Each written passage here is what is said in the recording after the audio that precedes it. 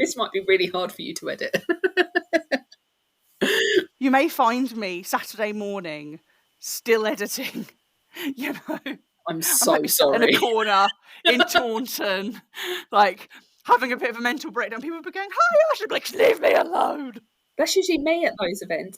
Honestly, SWPC last year, I was like, right, I've got to finish this for the stall. I've got to do that for the stall. I've got a whole plan to set up while I'm here, and I'm going to film it. And I was just running around like a headless chicken the whole weekend.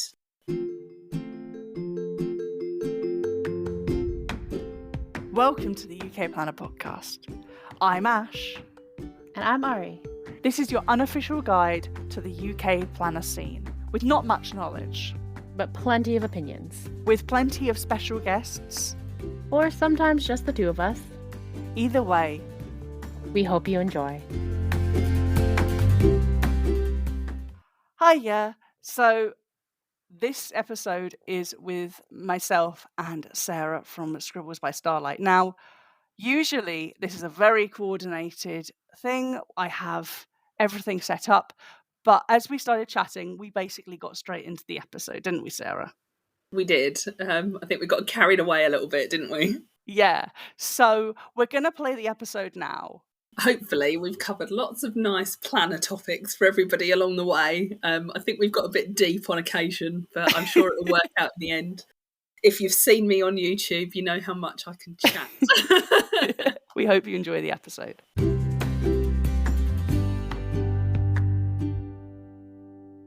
I actually find the best videos are the ones from the YouTube thing, Yeah.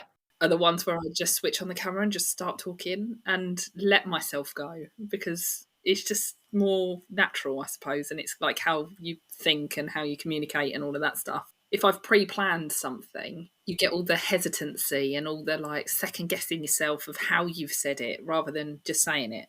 It surprised me personally how quickly you do get into the rhythm. You do create your own style. Yeah. And once you've done it a few times as well, you're like, oh, well, what was I worried about? And it's out there now as well, and I can't take it back. So I'll just do the next one. And I always see it as a point of improvement.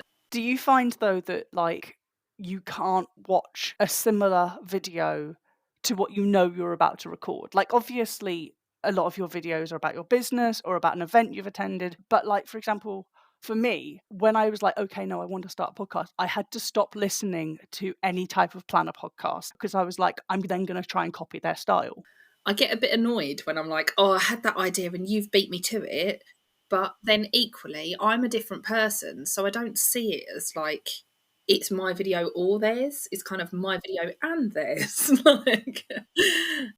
If you consume that kind of content, you're going to look at all kinds of creators and all different people. And it's always putting your own take on it as well, isn't it? But then you'll find someone else who, they'll do something once and then they've said, well, that's my thing now. And they're very precious over it. Yeah. The thing about creating art is that it is all individual. I'm just thinking about my shop because I draw a lot of inspiration from people like Coffee Monsters, Once More with Love, One Ton in a Million. The list is endless of the similar style with the little characters. Shine Sticker Studio.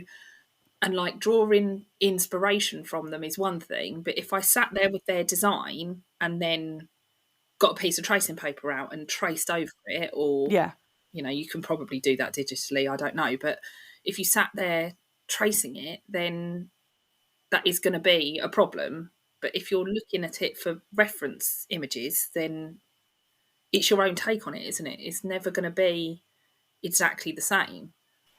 I think that, if something happens in the world, let's say, for example, the Olympics, people are going to do stickers about the Olympics, you know? Yeah. Or, if certain phrases or certain, I don't know, trends come out, you're going to do stuff about it. It would be silly not to.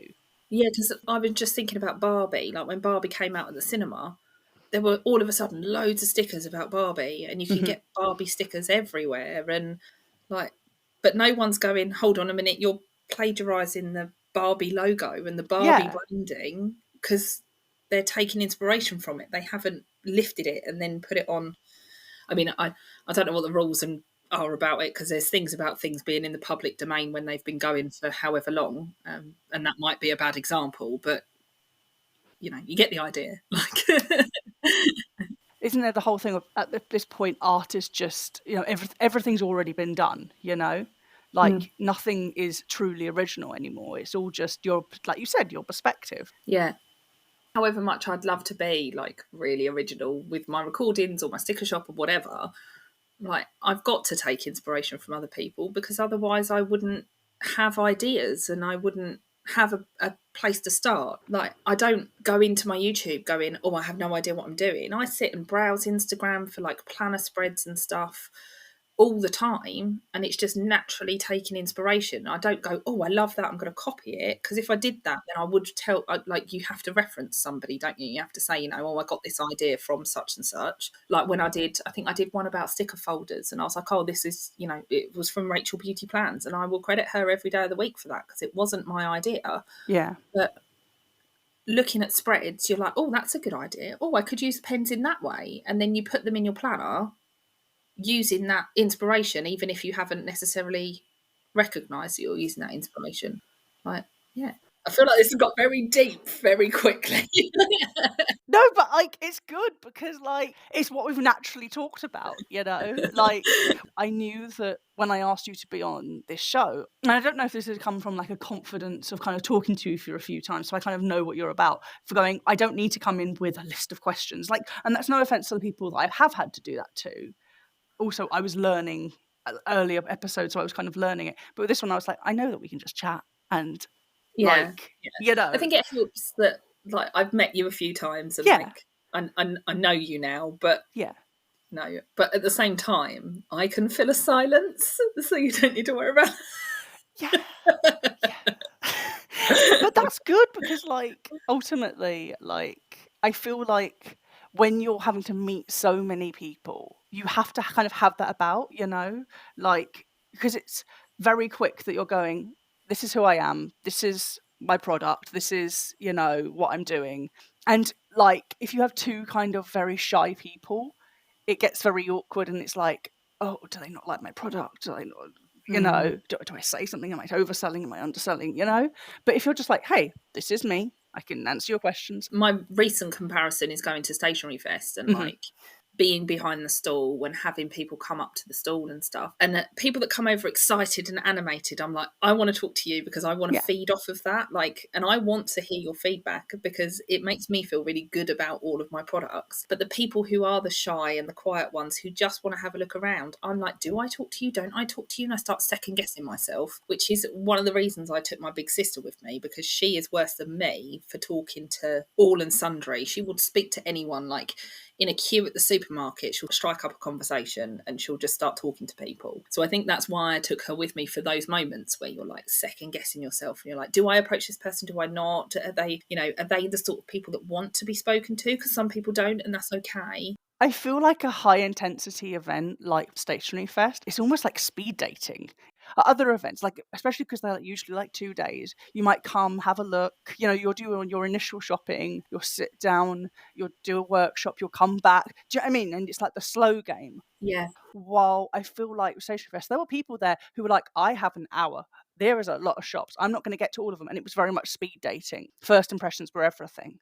Yeah, because I'd like my sister let me loose for an hour during the day. She was like, go shopping, go have some lunch, have a break, do what you want. I literally ran around the whole thing and I was like, I missed stalls. I didn't get around them all. I didn't get to speak to half the people I wanted to speak to. It was just like, it was manic. And, there were other shop owners there who like I hadn't met before and but I can't remember like what their shop was called, and I like to think that I'm very good at remembering details. So if I look at a sticker sheet, even if it didn't have the name on it, I could probably tell you where it was from. I can tell you where a washi tape was from, even if it's just like a standard pattern washi tape. I can usually tell you where I bought it, even though I've got 5 of those drawer washi organizer things stacked up in my shed. I could tell you where they're all from. And I don't feel like I have that information from Stationery Fest. No. I just feel like the whole day was a blur. Where did it go? What did I do? Who did I speak to? Like after I put out my review about Stationery Fest, I was very worried that it came across as overly negative. I think this is because I used to be a really big Disney fan, right? And the Disney kind of rule is we will only let you review our things if you're positive. If you are not positive, you are blacklisted. And I was like, if you then look at anybody who reviews Disney, it's only positive and there is no grey area, you know? Yeah. And I think it might be a bit better now, but when I used to be a Disney fan, we're talking about like 10 years ago, it was just so bland. And I was like, if I ever review anything, I won't be bland. Does that make sense? Yeah. I used to work at the Disney store when I was at university, a long time ago. And I remember, even as a person working in the shop, you were called a cast member. Yeah. You had to walk out onto stage, and you were on stage every day. Yeah. And you had to have a smile on your face. So even if you're having like the worst possible day of your life, where you're like, I just don't want to people today, you still had to be like, hi, you know, and all animated. And I don't know. I think it's important to be honest. I think there's a way that you can be honest without being rude. Yeah. And I think there's a way you can be sensitive about being honest, because you still got to respect people's feelings. Absolutely. You might have an opinion about a product or an event. Not every event is designed for you as an individual. It's designed for a lot of people, and it's either going to be your bag or it isn't. And I think this about like the differences in all the planner events that there are, that at least the ones I've been to, of like the size of them, what the workshops are, all of this stuff. It's all very, very different. It goes back to this whole thing of it being, it's designed by different people for an audience. You can't be everybody's bag.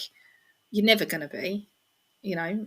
Not everybody wants to watch my videos. Not everybody wants to buy my stickers. That's okay. You don't have to be rude and hurt people's feelings in the process of giving feedback either.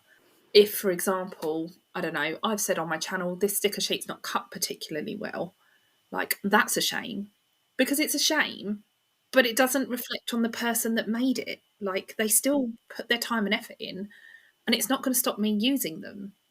Yeah. So yeah, I don't think you were overly negative. I think you were honest, and I don't think that there's anything wrong with that. And I think there is a way to be polite and be honest without being nasty and catty and drama llamas. But I think that anything you ever put out there with your face on it, there's always going to be a voice in the back of my mind saying, could I have done this different? Could I have done this better? Do you ever look back at your kits and gone, no, if I was doing that now, I could have done it better? So, well, I started in like 2021, but I didn't really do anything with it. And it wasn't really like a sticker shop. It was just kind of, I drew some stuff and I put it online and I left it. Yeah. And then I didn't really do much else for a while because I had my second daughter. And then last year I was like, right, I'm going back to work soon after my mat leave. I don't want to go back to my job. I need to have something that is mine, that I care about, that I'm passionate about, that I could potentially turn into a business. I've always wanted to work for myself. That's one thing I know 100% for sure. I want to work for myself. But until last year, I didn't really treat it as a business. And I'm still a bit rubbish at that because I don't have the time to commit to it that I would like to. So I just kind of do what's the most pressing. But if I think about what has changed over the last few years, my branding has completely changed. Like, because I looking back at my first lot of sticker sheets, I wasn't happy with those. I changed it, and my first character drawings completely different to what they're like now, and I've changed them. But even now, I look at my stuff and I'm like, my most recent kit, I'm like, oh, I could have done that differently. Like, I think one of my best sellers is like my bumblebee, and I was like, why didn't I do like part of the deco was the honeycomb, like, because it's just an obvious connection from a bumblebee, and I didn't do that. And I'm like, why didn't I think of that? Like, and I look at it and I'm like, I could add that in, I could do that differently. And I'm always one for like, I want to improve as well. So I'm like, I could change the format of my kits. I could do this. I could start doing Instagram reels. Do you know how like many times I put Instagram reels on my to-do list and it's just never happened? Like, unbelievable. So I think, yeah, there's always going to be stuff you want to improve. And I think that's part of what makes the creative process great, though. So if you look back to like your first podcast in like 3 years' time, you're going to look back and go, oh my God. Like if I watch my first ever plan with me or whatever, I'm like, oh my God, it's awful. Like, but you progress and you get better, like the more you do it. And then you sit there and you're like, oh, actually, like, I've come a long way. I do think there's something nice about kind of looking back and going, oh, I've changed, Like, is your first ever Plan With Me public, or is that something you've privated? No, I think it is public. I think I did my first video and I put it up on YouTube, and I was like, do you know what? If I'm going to do this, I'm going to do it, and I'm just going to put up whatever. And I think I've got one from maybe a year ago as well. That's like a flip through of my very first planner. So it's got all of my like development in it, because I started. I mean, I didn't. It's not my very first planner, because I started in a bullet journal that was just like a crappy notebook from WH Smith with loads of elephants on the front, and then I discovered the sticker planning and fell down the rabbit hole. So I think, yeah, my very, very first planner is not on YouTube, but my first happy planner is, which was the first one I had that I used stickers in. And I'm pretty sure I've done like a full, this is where I started and look what a mess it is. It had like 4 stickers on the page and I called myself done. Like, and now I can't move for stickers.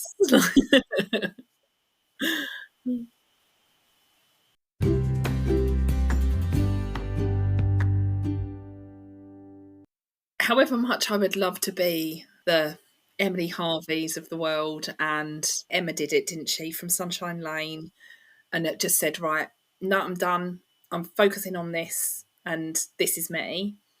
I'm not in that position where I can do that, mostly for children, childcare issues, and all of that stuff. Financial situation is what it is, so I can't. This is why I ended up starting the sticker shop, and I started Scribbles by Starlight, was because I wanted to have something that was low investment and I could build up slowly over time, because I'm a person that would take over the world tomorrow given the opportunity. But I don't have the resources or the time commitment to be able to do that. So I was like, what can I do that I'm going to A, enjoy, and B, work for myself, which is kind of how Scribbles by Starlight was born. And the YouTube thing, I mean, I was doing that anyway, and that was just a hobby for me, and it still is just a hobby for me. And I do that because that's fun. Whereas I'm hoping that Scribbles by Starlight will eventually become more of a business. In an ideal world, I'll be the next Sam Rio tomorrow, but it's not going to happen. We all look so put together, I think, from the outside. And we may not feel it, but we all look at that. I think that, when we think about our dream sticker shop, we always think kind of from A to Z. We'd never think, well, there's going to be that middle bit where I'm having to almost work 3 times as hard. Literally, my free time is gone. And I'm definitely guilty of going, I can do everything. Mm-hmm. And I do it till the point where I burn out, and I do burn out. And then I don't touch things for months on end, which is why you kind of see in both things that I do, my sticker shop probably suffers with it a bit more, because it takes me longer to produce the artwork and, get an actual product together. I've got all the ideas. I've got all the ideas in the world, but because I don't have that consistency of, maybe spending an hour a week, I'm like, right, I'm going to blitz it. And I try and do everything. And then I end up releasing stuff and then going, right, I've got the next idea. And then I've got the next idea, but then I'm doing an event. So actually I have to put the ideas on hold while I do an event and get ready for the event. And yeah, I don't know. I'm very much I can see A and Z, and the bit in between is a bit of a muddle, and I just kind of pluck things out of the air and go, what's the most important? Not a good way to live. But I mean, I know that last year you did a huge project. You did your advent calendar. So, how was that? Having to suddenly have this real definite deadline, this commitment. What was it like? It was a struggle. I actually think last year was almost easier because I didn't know what I was letting myself in for. Mm-hmm. But equally, I only set myself a target of selling 10 calendars, and I absolutely smashed that. I was not expecting the number of orders I got, and I'm still really overwhelmed about that now. But I was very fortunate that when the orders started rolling in, I already had everything designed, because from my very first order, I then start designing stuff because I'm like, well, I've got this idea, and I put the idea up with the hints to the artwork in the background to the posts and things. But then the minute someone places an order, I then have to start designing, or I'm going to let that customer down. So even if I make a whole advent calendar just for one person, then in this case it was you, Ash, actually, who bought my very first advent calendar at Stationery Fest. But I left Stationery Fest going, right, now I need to design a calendar because somebody has actually ordered one. So then, I was very fortunate that I had the artwork ready for when the orders started coming in thick and fast. Because I had the orders, I then had to use a lot of the money from the orders to buy things like another cutting machine and more cutting mats and all of this stuff. I also really underestimated the amount of time it would take me to put together. So I was staying up till 2, 3 o'clock in the morning. Wow. Cutting stickers, putting things together, and then getting up and going to work and doing my day job. And I don't really know how I managed it because I also had a 1-year-old child as well as my older daughter. Yeah. And this year, the minute you said, I'll have one, I was like, right, I've got to design it. And I started designing it. And now I'm at the point of, oh my God, how am I going to get this done? But again, it goes back to I've got all the ideas and not enough time to do the things I want to do. And last year, I really, really underestimated how much work it would be, how much time it took me, how much of the cost was involved as well. Even things like, the bit of tissue paper that goes inside the box and things like that. Like, I didn't think about those things. So this year I was like, right, I've got to at least compensate for it somehow. So I have put the cost up, but equally, my pricing might be higher for one, but I still offer the same, just less days. Yeah. So I'm hoping that will make up for it a little bit. For the people that can't afford the big one, they can buy the 12-day or what have you. The thing is, I'm really excited for your advent. So I did I know the theme when I bought it? I can't remember if you'd released the theme. Yeah, you did see it. Oh, that's it, because you had the I had board. the poster. Yeah, you had the poster at Stationery Fest. Because I was like, I am not missing out on this. Because I'm someone where I will see a pre-order, and unless I literally do it when I find out about it, like even if it's like a month-long pre-order, I will forget about it. Yeah, I'm the same. I am so lucky that my wife, she's really on it, where she'll go, hey, like, and I think it was your advent calendar that made her go, oh, okay. Ash is really bad at like following the brands they like. So like, because literally we had your video on our TV, because I was just like flicking through advent videos and I was like, oh, this is perfect. And then I was like, yeah, it's passed. And I was like, oh, okay. And she was like, so now she's actually got better. So thank you for that. Thank you for that. I am aiming to put up a video before, or way before the sales close. But the problem I've got is that we've got SWPC next week. Yes.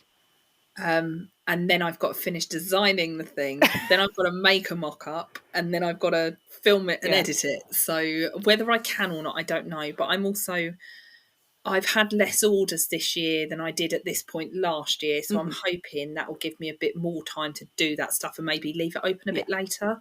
Because I initially said a closing date the 6th of October, but actually last year I left it open right up until like the first week of November. Because I make it all myself, I can leave it open a bit longer, if that makes sense. So I don't know like what the closing date's going to be, but if people want it, then they're going to have to go and buy it, aren't they? Yeah. I mean, so if all goes to plan, this should actually be going out the weekend of SWPC. So, I mean, if people are really on it with their podcast listening and they're like listening to it in their hotel room and they're at SWPC, they can go literally and talk to you about it. They can come downstairs and visit me at my stall and place a pre-order there and then if they like. Yeah. So, without giving too much away, what would you say kind of have you like learnt from the previous one that you've kind of applied to this year's? So I've learnt that people like generosity, because I do think last year I was incredibly generous for the amount it cost.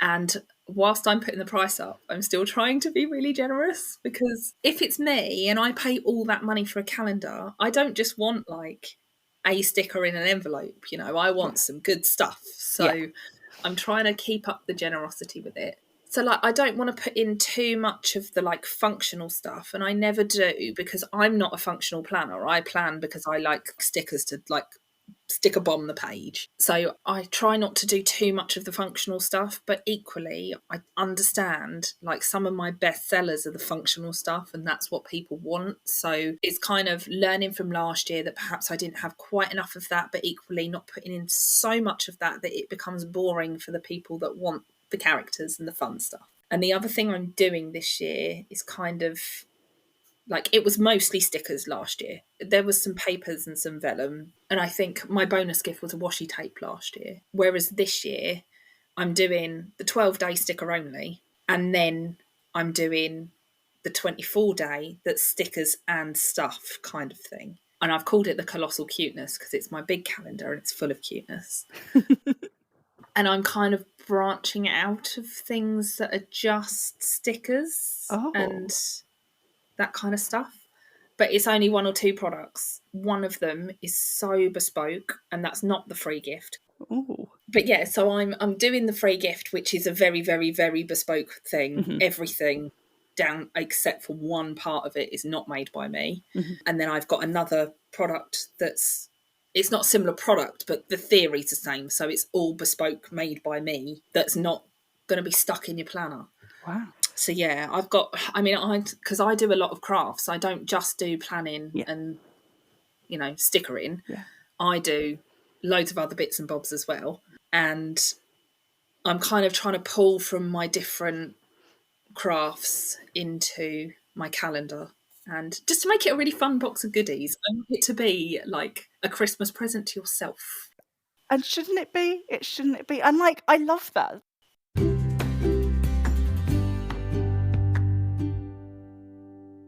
I kind of fell in. I mean, I was in a bad place and I was looking for like an organisational fix. But when I saw sticker planning, I was like, I used to collect stickers when I was younger. And I'm not joking, I still have my 30-year-old sticker collection. And I've thought about doing a video on it because I think it'd just be quite funny just to go through it and stuff. But this has kind of brought back that part of my childhood that I completely forgot about it until I discovered the Happy Planner. And then I was like, oh my God, I can put stickers in things. I used to love stickers. Maybe I'll buy myself some stickers. And then off it went. Like, it's got out of control now. It's a bit like nostalgia therapy. Like, yeah. And which is a real type of therapy. And, it's like if you play an old war game that you used to play as a child. It was like my husband downloaded Crash Bandicoot the other day. Oh. And he played the first level and I was sitting in the living room and I was like, oh my God, I remember this level. Like, and I remember it like bit by bit. And then after that, I lost interest because I was like, oh, that was really exciting. But I'm not a gamer. So I was just like, that was really excited for the whole 5 seconds of that level. Yeah.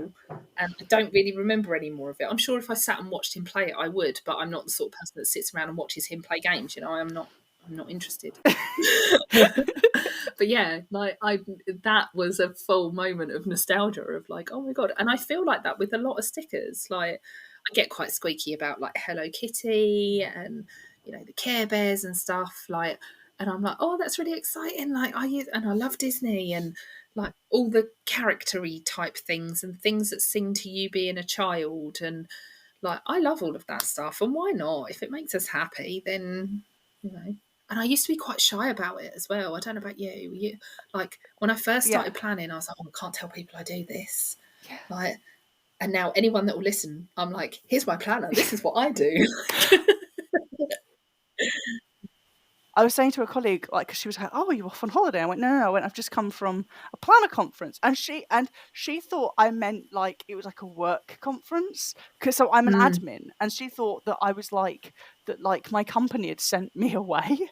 What? And then I was like, "No, no, it's a planner conference, like notebooks, stationery," and she still didn't get it. She was thinking that like my company had just like sent me away, and like I had like these really intricate goodie bags with just like stationery in it. Oh, yeah, because I always find it hard when I say like, oh, I'm going to a planner event. Yeah. People are like, what are you on about? So I don't, if you're not in the know and you don't know my hobbies and my lives, like my life, or you're not part of the community, I say, oh, I'm going to like a crafting event, just so they know that I'm doing something crafty. Yeah. But then they'll be like, oh, what craft? And I'll go, it's kind of a cross between scrapbooking and diaries. I'm like, and if you mash them together, then you've got planners. That is a really good description. I'm stealing that now. Now that like Because I don't really know how else to describe yeah. it. Like, you know, because if you do scrapbooking, because you can memory keep in a planner, and you know you can do all your journaling and you're putting down fun bits of paper for art reasons or art therapy or whatever you call it. Like, and then you've got your appointments and stuff, and you smash them together, and you've got planners. Yeah. I come up with some good ideas when I talk to you, Ash, honestly. Like, and sometimes when I listen to your podcast, I'm like, oh my god, I've got a really good idea.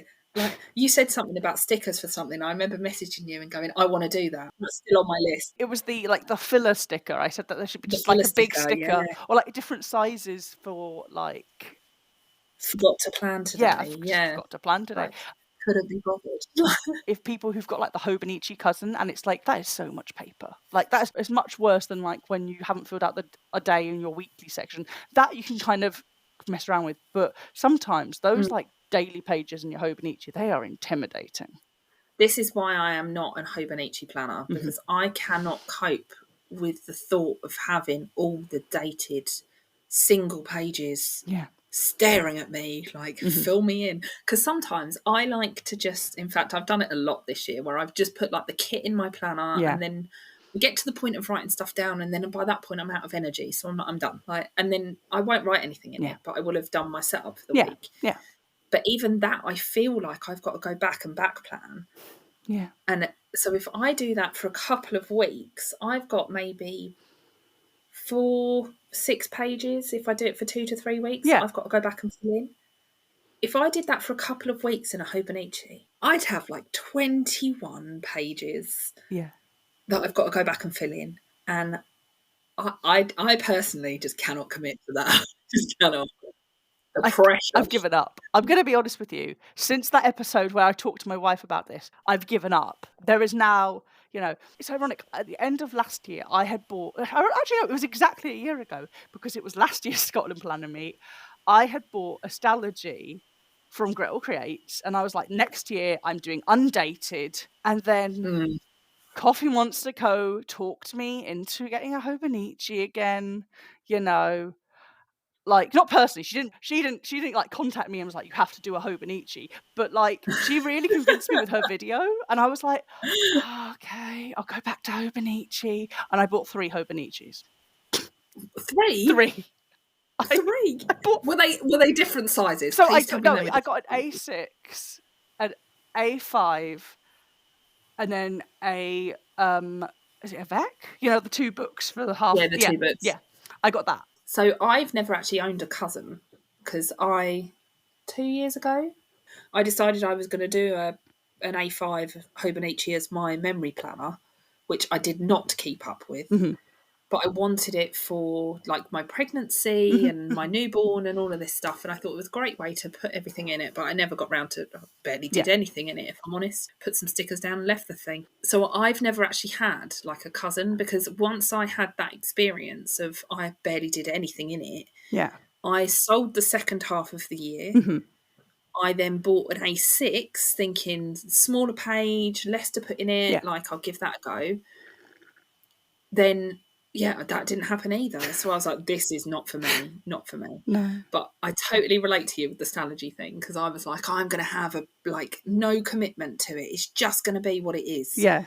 And yet here I am still back planning the year, because I want a complete planner. Yeah, no, of course, I get it. Complete planner. Yeah. Even if like you know yourself that you half made up what you did on that day, it matters. It matters because it's a complete palette. Because it looks pretty. But then like part of me's worried that like in like 5 years' time, I'll almost be, what's the word? Like tricking myself, you know? Gaslighting myself, that's it. I'm worried that like I'll look back in like 5 years and be like completely gaslighting myself and going, oh, apparently I did that day, and I don't know any different. You know, the thing with me in back planning is that I write things down anyway. It's just that it's not in the place it should be. Oh, I see. You know, like those A6 notepads, I keep one next to the bed and I write stuff on that. I make notes in my phone. I take pictures all the time, like pictures of my kids and stuff. So I know what we've been doing. and I can find the information for any day of the year in that stuff if it's not in my planner. So I can go back and back plan practically everything. It will just be the day-to-day stuff, like clean the kitchen, clean the bathroom, that I just won't put in there, if I'm honest. I generally just don't put stuff like that in there if it's one of those days that I've gone back and kind of turns into memory keeping, I suppose, if you're back planning. So maybe I do memory keep, just in a different way. I memory keep the things like we watched whatever on telly. Yeah. Yeah. It's like the ongoing New Year's resolution, isn't it? Yeah, it is, yeah. Like, but no, I bet you, like, if we canvassed the whole of SWPC and we said, who legitimately has picked up their planner and used it every single day this year, I bet you there'd be like 2 people. Like, I bet you. It wouldn't surprise me at all. Like, I'm going to put a poll on the Spotify for this. I would love to know. Because I want to genuinely find out. Because, like, I mean, if we find people who actually do, good on them. Like, for them, it's like brushing their teeth. Yeah, I don't have routines. I should have routines. I function very well with a routine. Yeah. I just don't have routines. And I have tried, goodness knows how many different ways to put routines into my life and be like, right, I'm going to stick a shop on a Monday and I'm going to design. And on Tuesday, I'm going to make the products. And on Wednesday, I'm going to list them all. And on Thursday, I'm going to photograph them. And then Friday, I'm going to do all my social media posts for the week. Like, and it never happens. No.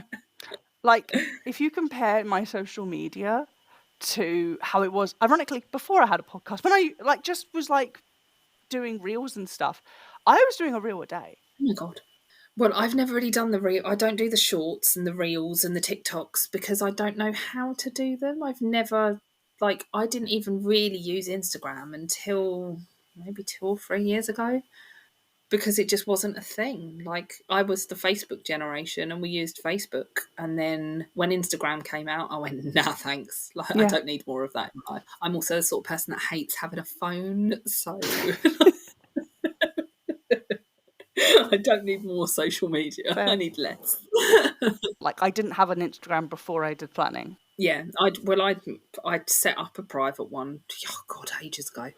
I think I've posted 4 photos, and I was like, "It's not for me." But I still don't think it is for me because I still can't consistently even promote the shop. I can't consistently put up posts, however hard I try. And I'm forever taking pictures of things and filming little bits and pieces. I was in Minnesota on Oxford Street 2 weeks ago and I filmed a little bit while I was in Minnesota. But that just sits in my camera roll. Yeah. It doesn't go anywhere. So I'm part of Emily Harvey's Patreon. Me too. And she'll say, "Oh, just film as you go. If you do something, just film it, you know." And I'm like, that sounds so easy, but it just, where does the time go to then go back to it and then make it relevant and think, well, how's that gonna? I don't understand. Yeah, because I do that. I'm naturally oh, that'll make a good post. I'll film it or I'll do something crafty and I'll just take a little picture of it. And I'm like, oh, I'll put that up later. It just gets lost in the abyss of photos of my children, I think. I've started keeping an ideas notebooky list thing. Yeah. So, because I tried Notion for a while and just it involves sitting at a computer. I think anything that involves a screen, by the time I'm done with my working day, I'm like, no, I'm done. So I just stopped using it. But I've started just a list. And so I've got an ideas notebook. And if you're anything like me, if you get an idea and you write it down, you'll soon fill a notebook.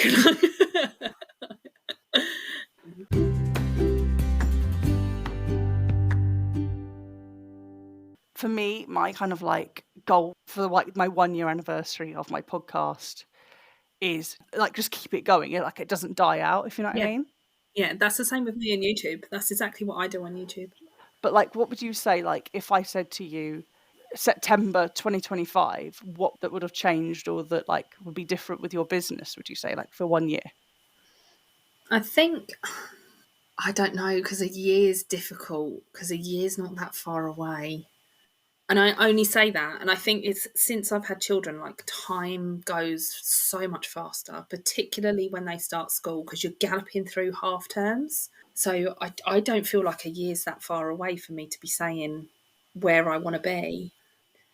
In an ideal world, I would just like to have collections released a bit more consistently, because I'm very ad hoc at the minute. Like, I get an idea, I design it, I'm all inspired, I make it, then I don't list it for 3 weeks. Then I miss the boat because I've missed the season or the event of whatever it was related to. Then I put it up anyway because I think, well, otherwise I wasted all that time. And I want to get out of that, like chasing my tail. That's where I would like to be in a year. I would like to be a little bit more organised. Like, I usually ask people 5 years, but I was like, why am I not asking people like 1 year? Because like some people, they've gone, oh, that's a very far time. I'm the opposite. I think 5 years is like a good time frame to set yourself a goal, because the time I have to devote to a business or to devote to, YouTube or whatever it is I'm doing, even if it's just I want to make a scrapbook album for my children, like the time I have to devote to it is very, very limited. So I have kind of this window that we're filming, like recording this in now, which is about maybe 8:30 by the time I've finished dinner and stuff, till probably about 10 o'clock, where my body just goes, you got to go to bed. Like, you're done. Or I stay up, I kind of miss that window and I go right late into the night, but then I suffer for it the next day. So I have a very, very short window of time, which I would say probably is about 45 minutes or an hour a day, if I'm realistic and not doing the whole thing that I'm burning the candle at both ends to the point that I burn out. So an hour a day is only 365 hours over the next year, which is what? 24 hours in a day. 15 days. Which is 2 weeks. So if I only devoted that little bit of time every single day to my business, which I can't do every day anyway. No. And I do have stints where I do more, obviously. But a year would then only be 2 solid weeks. That's obviously 24 hours a day, no time for sleep or anything. But call it a month if you're then factoring in sleep. Sleep and food. I'll give myself that. Like, it's really only a month in actual time. That's crazy. I never thought of it like that, Whereas if you ask me 5 years, like, it's a longer period of time. Yeah. This is how this. But then equally, I don't do the hour a day, because some days I'll go 1 o'clock in the evening. Like, I suppose, as you said, your hope is that in the future that this will become more of a revenue stream, to the point that that it becomes your only revenue stream, if you'd have asked me 5 years' time, that would probably be what I'd say. I want to be working for myself in 5 years' time without having the mundane day job. Not to say that my day job is mundane, but I get what you're saying. The rat race. Like, I'd love to be able to just be working for myself, having all the different income streams. I'm quite happy to have lots of different ones, like a lot of creators do. A lot of people who have the sticker shops also have the, products in person at events, and then they've got their YouTube and their Patreon and their, like, I want to do all of these things. I just don't, I'm not very good at following through on things I start either, which probably doesn't help. But I mean, considering that this isn't like your day job, like, you are a recognizable brand. Like, I feel like most people know who you are. They know your brand. They know, you know what I mean? Really? I think so. Like, oh, I wouldn't have thought so at all. How funny. I think I compare myself to a lot of shops that have been around for a very, very long time. Like, and there are some shops who have also, in my mind, only been around for maybe a year or so, and like their sales numbers are way higher than mine. So I probably compare myself on the wrong thing and do it on the numbers rather than the brand awareness. I think I was more going off brand awareness. Like, I think the fact that you are often, at least for the planner events that I go to, I think maybe everyone's different. Maybe I'm completely embarrassing myself and I've got this completely wrong. I guess it goes back to the whole, like, it depends on the individual, doesn't it? Because it depends what you're looking for in a sticker shop. Like, if you want the minimalistic planner, functional only, minimal icons, I am not your person. No. Like, but if you're looking for somebody who I've started calling myself a pastel paradise. Like, I'm very good at I have a shop and this is my shop and it is a pastel paradise and we're cutesy characters and all of this stuff. I always forget people to tell people the name of my shop. But then if that's what you're looking for, then you're more likely to find me or maybe have me a bit more on your radar. Yeah. Because there were some shops at Stationery Fest, for example, I'm using that just again, my recent experience, that I didn't even contemplate going anywhere near because I took one look at their aesthetic and I was like, that's not my aesthetic, so I'm not going to go anywhere near it. And yes, I'm using, this is one of my bugbears, is the word aesthetic in the right context. I guess you are talking to somebody who bright colours is it, like, you know, you can't get me near like just black and white. I couldn't do it. They're like muted, you know, like the neutral tones. Like, I like a bit of neutral tones and I think it's nice to look at. Yeah. But when it comes down to it, I need the colour.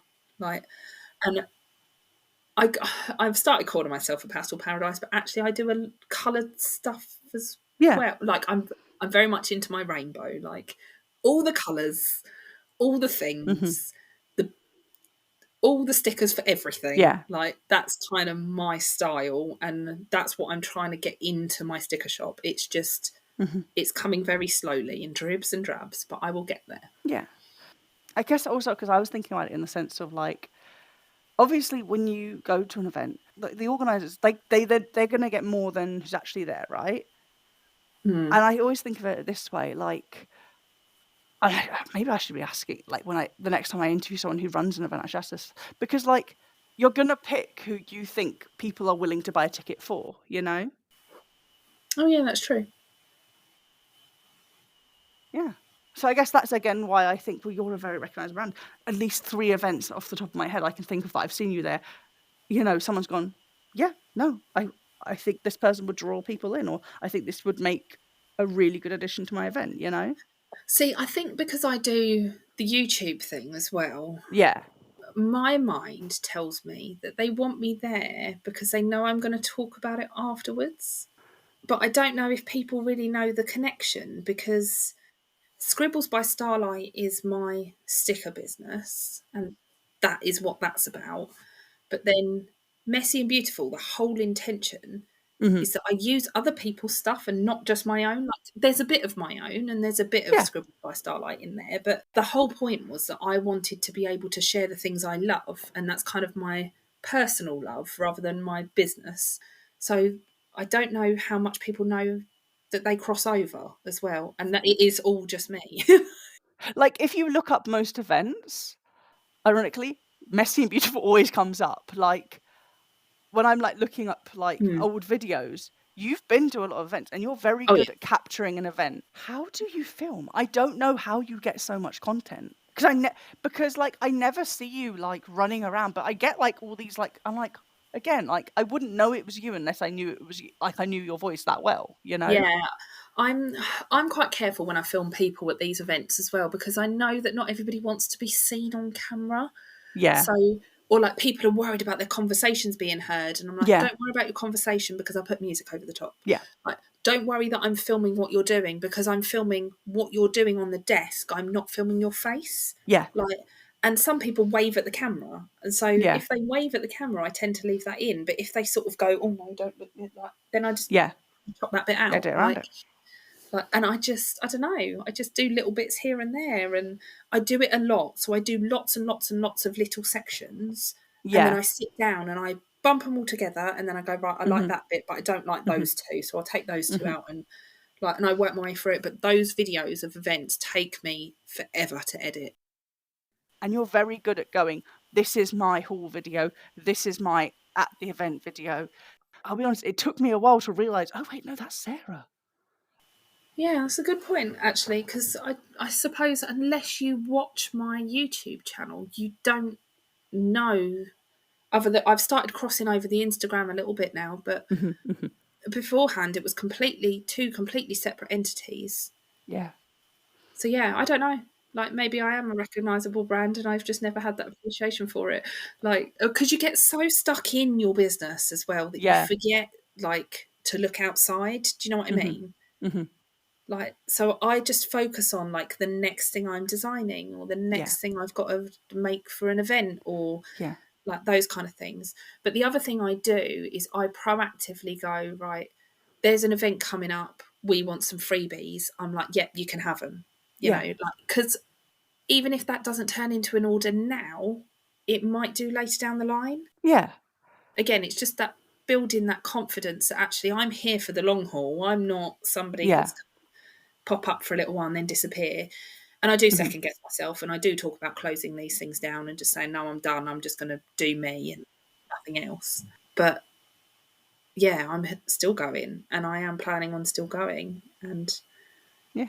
I like to think as well, like, I'm just thinking about like faith in people and stuff, and faith in shops that kind of pop up, take your money and then disappear, you know, and all Yeah. of that kind of side of the internet, Yeah. if you like. Like I always see you in a goodie bag, even if you're not at that event. I think it is that security of going, I know this brand, even if, like you said, that person doesn't buy right away. If they're going to pick something that they need to pre-order, they're going to pick a brand that they recognize and that they know 3 months down the road is still going to be there. Yeah, that's what I mean. Like with the pre-orders, you need to know that you're paying and you're going to get something at the end of it. Like, Yeah. and I the reason I'm so consistent with the yes, have a freebie, you know, have a raffle prize. Yes, I'll come to the event, is because it's important to me, and I want people to know that they can rely on me. And I think that's the other thing with the like YouTube channel. I'm quite honest, and it goes back to Yeah. what we were saying about there's a way you can be honest. I like to think I'm quite honest in my opinions, and so it gives people a bit more trust in me. And so maybe that helps the whole perception of my business and or my YouTube or what have you, is that people know that like I'm not going to take your money and just disappear off the face of the earth. I think that is so important. Because there are all those internet scams out there, aren't there, that do that? Like, yeah. There are. And I think it's so important because I think that, let's be honest, we can all compliment each other till we go blue in the face. But the person you're going to trust is the person who is honest, because I always think the person that's nice to your face but is horrible about other people, chances are They'll stab you in the back soon as look at you. yeah, they're going to do the exact same. Yeah.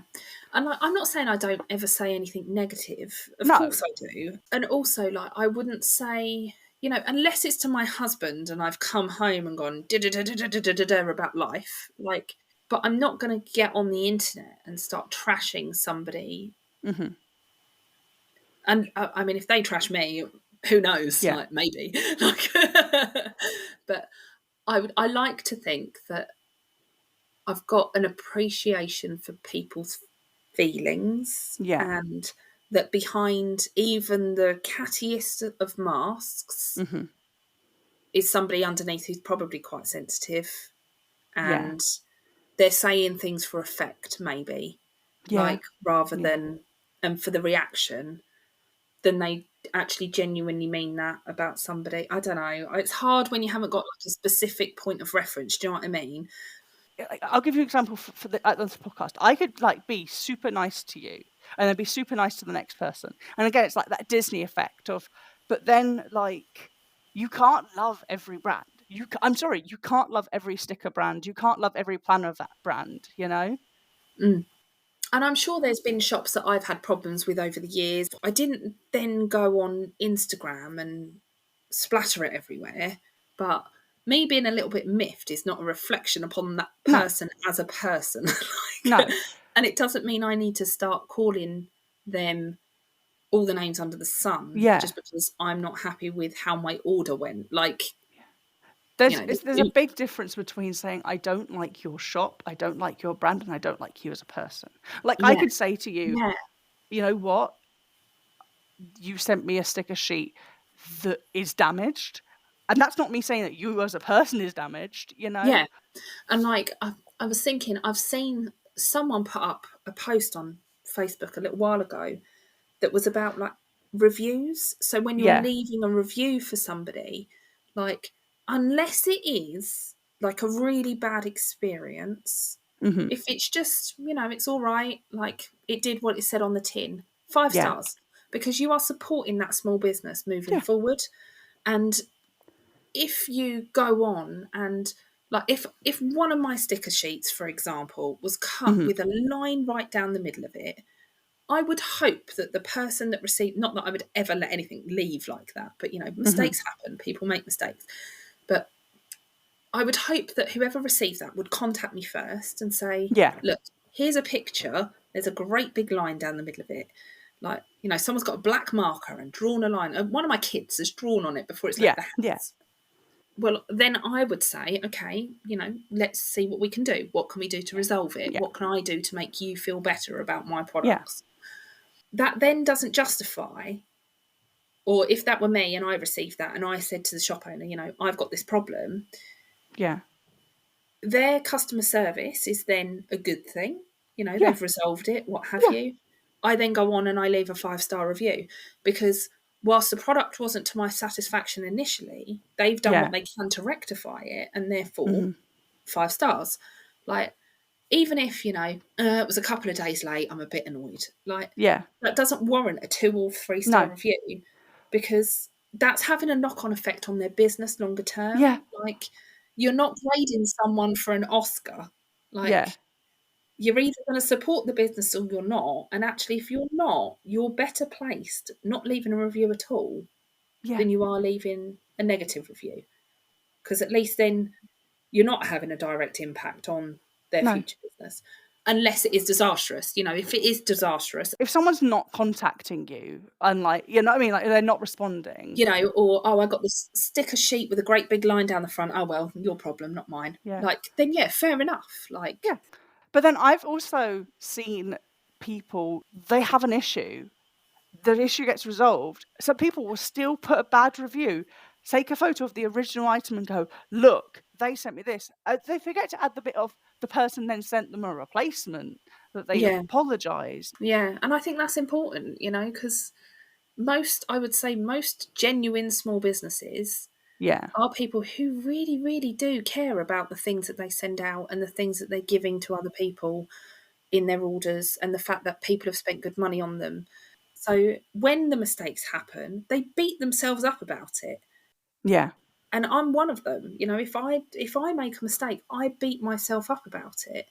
And all it's doing is actually affecting them personally, when like it's only because they love and care so much about their business, because their business is just another baby. Like, Yeah.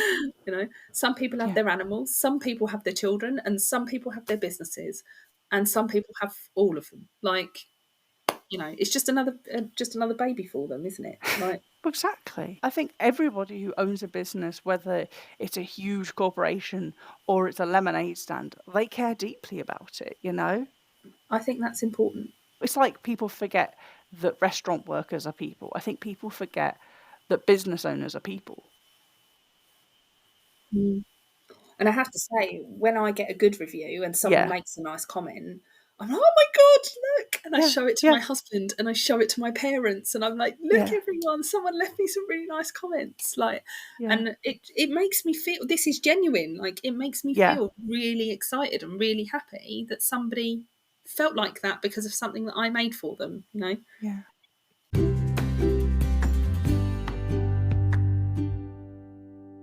And that's the end of our episode. I hope that you guys enjoyed.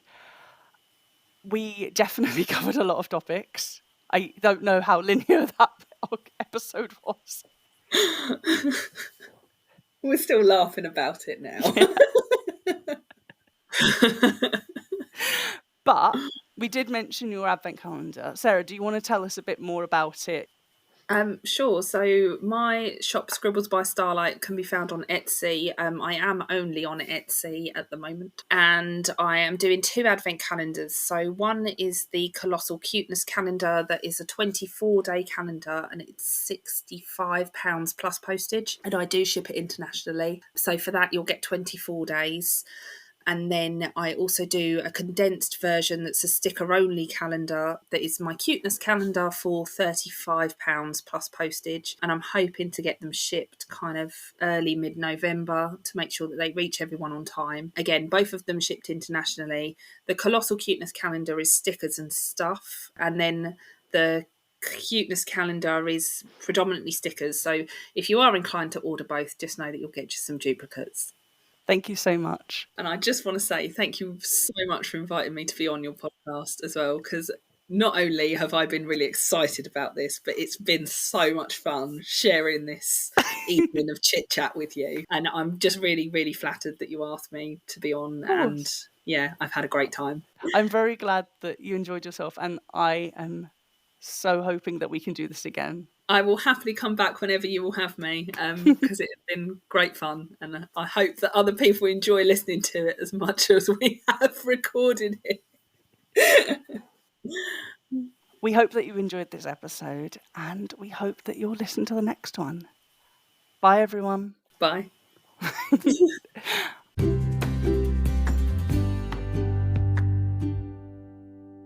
That's everything. Thank you again so much for doing this. I really appreciate you giving up like 2 hours of your life for this. Oh, it's fine. It was good fun. Like, I'm like, more podcasts.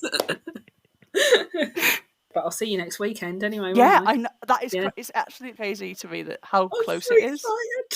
excited. I know. Every time Holly puts something out, I lose my head. I'm like, what? Like, I still can't believe that we've got like all these sponsors, and I'm like, The sponsors just look bonkers. how Don't does they? Holly do it? I have no idea. I don't understand. She's like planner miracle worker, isn't she? Like, yeah. When she announced Happy Planet was a sponsor, I was in the middle of a supermarket and I shrieked, and I literally had a supermarket run over to me, go, "Are you okay? Did you hurt yourself?" And I go, "No, sorry, I got excited." It's already made me second guess whether I want to use a Happy Planner next year again or not. So We many haven't people even have said been that yet. to me. So many people. And like every time that Holly will like put out photos and sneaks and stuff, I'm just like examining it. Oh, me too. But even like the little things from the like shops that go and contribute, like even that is just so exciting. Like Last year, I literally, I was having to tie tote bags to my suitcase. I didn't have enough room. I've got the car, so I'm lucky. But there's 2 of us going in my car this year, so I don't know how much room there's going to be for all the stuff and the shop as well. But I'm sure we'll be fine. Because like Zoe, she like put on under one of the comments, she was like, "Oh yeah, no, bring 2 suitcases this year. It's mad. I promise you, it's mad." And I'm like, if you're saying it's mad compared to last year, I don't know. Like, are we now reaching Go Wild levels where people are bringing back like I know that Silhouette isn't sponsoring, but do you remember when people were sending photos of their Silhouette table and they were bringing home full silhouettes? Yeah, those things are just bonkers. They're just absolutely crazy. Because I listened to Holly's podcast with you, and she was saying about sponsored tables and the difficulty of it being like some budgets are really up here and the small businesses have a budget down here, and then people complain. And I'm like, I totally understand why she doesn't do that, because the last thing you want as an event organizer is people complaining at your event.